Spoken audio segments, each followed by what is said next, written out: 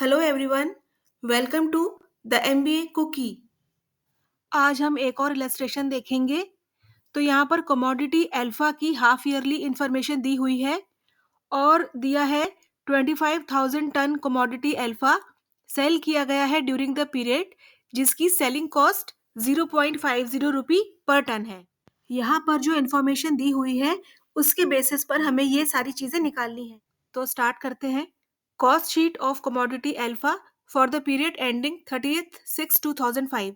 अब यहाँ पर हाफ ईयरली की बात हो रही है, इसीलिए लिखा है 30/6/2005। तो सबसे पहले निकालते हैं cost of raw material consumed. तो इसका फॉर्मूला होता है opening stock of raw material plus purchases minus closing stock of raw material. अब देखिए यहाँ पर कैरेज इनवर्स भी दिया हुआ है।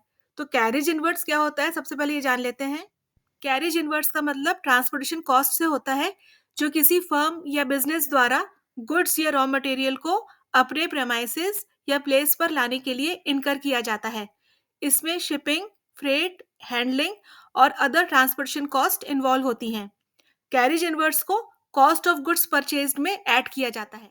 फॉर एग्जाम्पल, एक ट्रेडर ने एक सप्लायर से रॉ मटेरियल खरीदा जिसकी टोटल कॉस्ट 50,000 रुपीज है। मटेरियल को ट्रेडर के वेयर हाउस तक लाने के लिए 2,000 रुपीज का ट्रांसपोर्टेशन कॉस्ट यानी कैरेज इनवर्स लगा। तो इस केस में कॉस्ट ऑफ गुड्स परचेज्ड है 50,000 और कैरेज इनवर्स है 2,000। तो टोटल कॉस्ट हुई 52,000।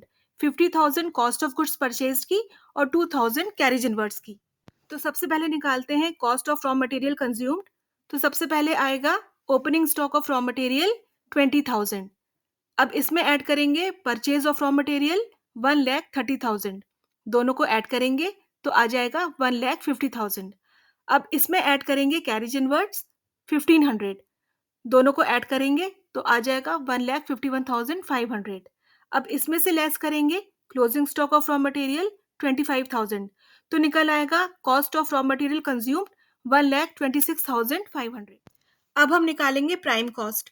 तो cost of raw material consumed जिसकी वैल्यू आई थी 1,26,500, उसमें ऐड करेंगे डायरेक्ट वेजेस 1,00,000। दोनों को ऐड करेंगे तो निकल आएगा प्राइम कॉस्ट 2,26,500। तो प्राइम कॉस्ट आ गई है 2,26,500। अब निकालेंगे फैक्ट्री कॉस्ट। तो फैक्ट्री कॉस्ट के लिए प्राइम कॉस्ट में ऐड करेंगे factory overheads, opening work in progress और लेस करेंगे क्लोजिंग वर्क इन प्रोग्रेस। अब फैक्ट्री ओवरहेड्स में क्या क्या चीजें दी हैं? Rent, rates, insurance and work on cost 45,000 और फैक्ट्री सुपरविजन 10,000।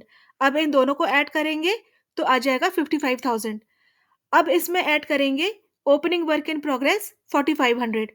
अब प्राइम कॉस्ट जिसकी वैल्यू आ गई थी 2,26,500 plus 55,000 plus opening work in progress 4500, इन तीनों को ऐड करेंगे तो आ जाएगा 2,86,000। अब इसमें से लेस करेंगे क्लोजिंग वर्क इन प्रोग्रेस 16,000। तो आ जाएगा फैक्ट्री कॉस्ट 2,70,000। तो अब हम निकालेंगे कॉस्ट ऑफ गुड्स सोल्ड। तो उसके लिए फैक्ट्री कॉस्ट में ऐड करेंगे opening stock of finished goods और लेस करेंगे closing stock of finished goods. तो फैक्ट्री कॉस्ट आई थी 2,70,000। अब इसमें ऐड करेंगे opening stock of finished goods 17,600। दोनों को ऐड करेंगे तो आएगा 2,87,600। अब इसमें से लेस करेंगे closing stock of finished goods 37,600। तो निकल आएगा कॉस्ट ऑफ गुड्स सोल्ड 2,50,000। तो कॉस्ट ऑफ गुड्स सोल्ड आ गया है 2,50,000। इसमें हम ऐड करेंगे सेलिंग एंड डिस्ट्रीब्यूशन एक्सपेंसेस। अब यहाँ पे एडवर्टाइजिंग एंड सेलिंग कॉस्ट पर टन की दी हुई है 0.50।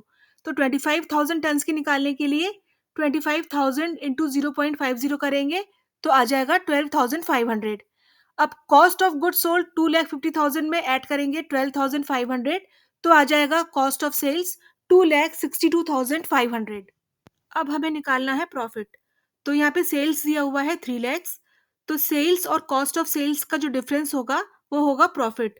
तो 3 lakhs माइनस 2,62,500 तो आ जाएगा प्रॉफिट 37,500। अब हमें निकालना है goods produced during the period. तो यहाँ पे गुड्स सोल्ड दिया हुआ है 25,000। अब इसमें ऐड करेंगे closing stock of finished goods 3,200। अब हमें यहाँ पे वैल्यू नहीं लेनी है, नंबर ऑफ टन्स लेना है। तो closing stock of finished goods दिया हुआ है 3200, दोनों को ऐड करेंगे तो आ जाएगा 28,200। इसमें से लेस करेंगे opening stock of finished goods. अब यहाँ पर भी हम नंबर ऑफ टन्स लेंगे 1600, तो आ जाएगा गुड्स प्रोड्यूस्ड 26,600। मेरा वीडियो अच्छा लगा हो तो मेरे चैनल को लाइक, शेयर एंड सब्सक्राइब कीजिएगा। Thank you.